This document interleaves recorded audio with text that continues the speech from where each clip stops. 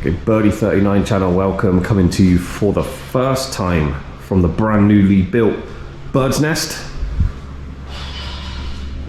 Call it a garage, it's actually more of a mini warehouse. So yeah, we bought, I think I mentioned this on the channel ages ago, I might have mentioned it a couple of times. Yeah, there was like spare land next to our house. We're waiting for someone to die so it can be passed on to the son, and then the son will put it up for sale because that old guy wouldn't sell it. He already knew he wanted to buy it, so we were just waiting for his dad to die. And I feel terrible saying that. Anyway, so that happened, and now we got the land, sorted it all out, flattened it, and yeah, now we had this place built, so got my own little workshop. Unfortunately for Birdie, his fun, his comfort in his own little nest here is short-lived because I sold the car. It's sold. It's got no plates on it. Sold it to a car dealer. He's coming tomorrow. Put his own like trade plates on so he can drive it off. Got his own insurance or whatever. Anyway, so yeah, take the plates off. Sorted all the spare bits out. Still the original white seat covers. These are quite rare. They're always for sale online. They're quite expensive, but no one ever buys them. Spare bits. A load of paperwork I got with it.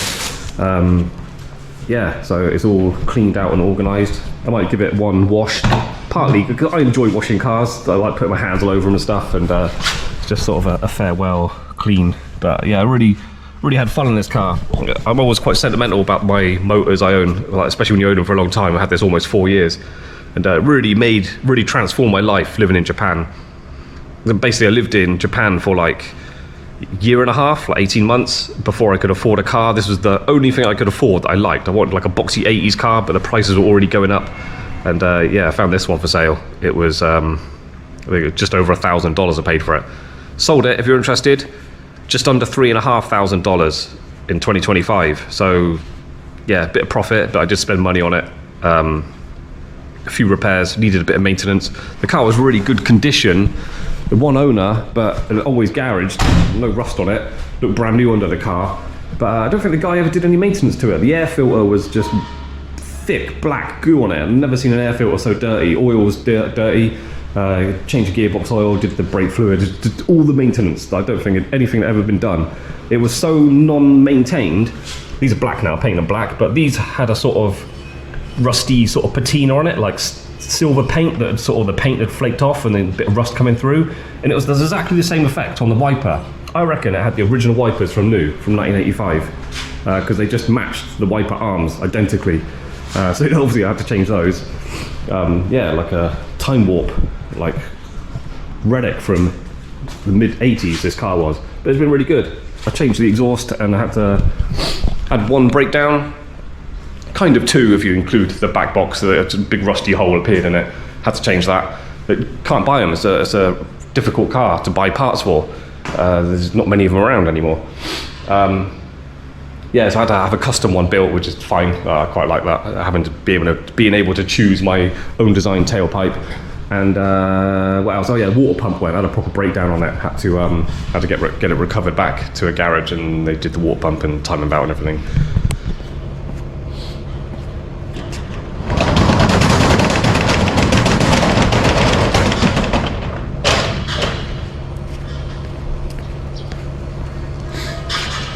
That door's going to be electric. There's no electric. It's brand new, yeah? There's no electric on it. It's going to have an electric door, lights, and obviously an aircon and stuff. Anyway, yeah, cool. Things I like about the car, I was going to talk about. Yeah, after lowering it, really transformed the look of it. Lowering cars just makes them look better. They look wider, they look longer. Just really helps car design. That's chocolate. White chocolate. And yeah, changing those wheels as well really sort of freshened up the look. Just made it look more complete. These are 80s era wheels on an 80s car. Just the design makes sense. Front end is really cool as well. Putting that lip spoiler on recently helped the front look complete as well. It always looked like something was missing. It needed something on the bottom. So now that's on. It looks good. But yeah, I've always really liked the car. The design of it gets quite a lot of attention. It's unique enough. Even people with these kind of 80s cars, they don't know what this is. It's not immediately obvious because they're quite rare. It's only when they get a clue, like reading Bluebird on it, they know what it is. Caught back cold, that's why I can't talk very well.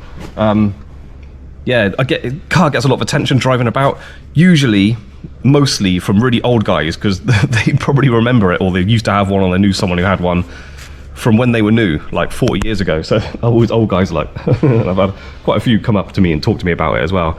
They always comment on how good condition it is. It is unusual, even in Japan, these old cars. The interiors, sometimes a lot of cars like this style, this era car, the exterior is really well looked after, but interior is all like drill holes and stuff, or little gadgets have been stuck on. The Japanese, they love sticking stupid electric shit everywhere, like gauges and shit all over the inside of their cars. This one is just freshly fresh, apart from that stereo piece missing. There you go.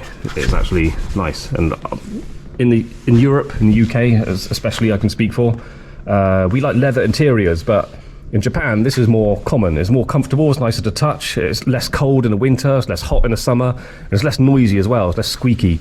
So I've grown to appreciate Japanese style. I actually prefer like kind of cloth, or alcantara, or however you pronounce it, sort of material. Leather, I sort of would shy away from now. Yeah, I agree with the Japs on having sort of a comfortable material in the interior. It just looks comfortable and inviting as well. Look.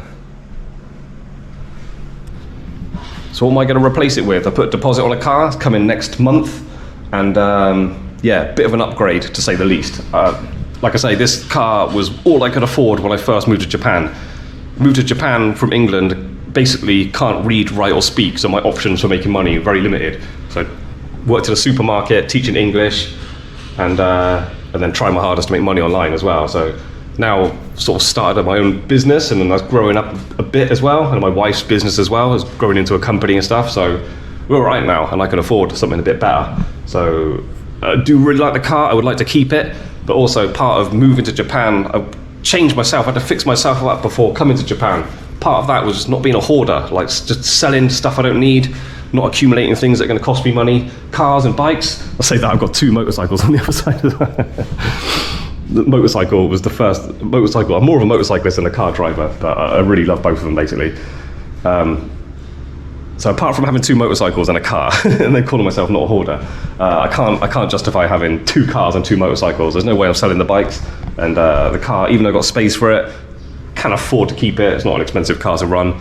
I just don't want to end up going back down a road like I used to be. I used to have 3 cars and a motorbike living in London. It's too much. So what car am I replacing it with?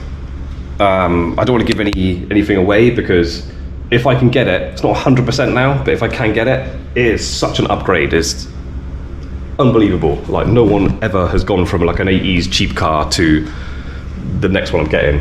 So it'll be fun to show you.